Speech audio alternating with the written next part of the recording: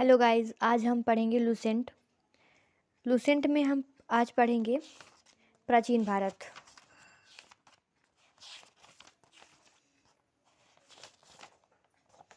आज हम पढ़ेंगे प्राचीन भारत। भारतीय इतिहास को अध्ययन की सुविधा के लिए 3 भागों में बांटा गया है: प्राचीन भारत, मध्यकालीन भारत एवं आधुनिक भारत, यानी कि एंशिएंट हिस्ट्री, मेडिएवल हिस्ट्री और मॉडर्न हिस्ट्री। सबसे पहले अब पढ़ेंगे ऋग्वेद। तो ऋचाओं के क्रमबद्ध ज्ञान के संग्रह को ऋग्वेद कहा जाता है। ये पेपर में आ सकता है कि ऋग्वेद किसे कहते हैं। तो ऋचाओं के क्रमबद्ध ज्ञान के संग्रह को ऋग्वेद कहते हैं। इसमें 10 मंडल, 1028 सूक्त। ऋग्वेद के कई परिच्छेदों में प्रयुक्त अधन्य शब्द का संबंध गाय से है।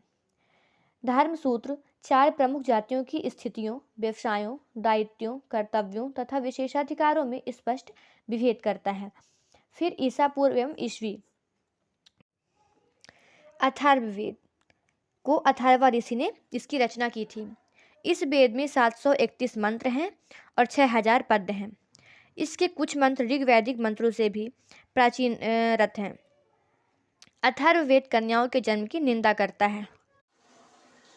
अथर्ववेद में परीक्षित को कुरुओं का राजा कहा गया है तथा कुरु देश की समृद्धि का अच्छा चित्रण मिलता है।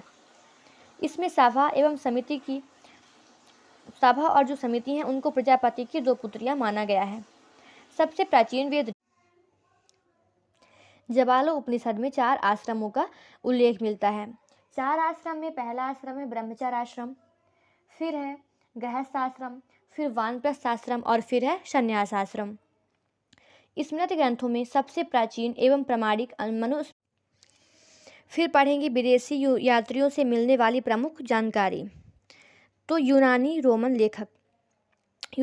लेखक से जो लेखक थे जिनके थ्रू हमें यहाँ की जानकारी प्राप्त होती है, प्राचीन भारत की जानकारी प्राप्त होती है, उसमें से पहले है टेसियस। फिर है मेगास्थनीज।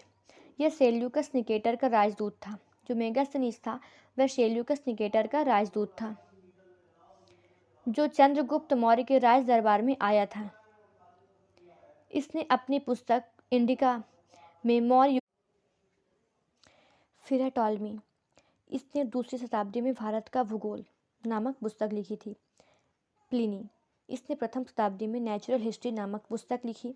इसमें भारतीय पशुओं, पेड़ पौधों, खनिज पदार्थों आदि के बारे में विवरण लिखा। Periplus of the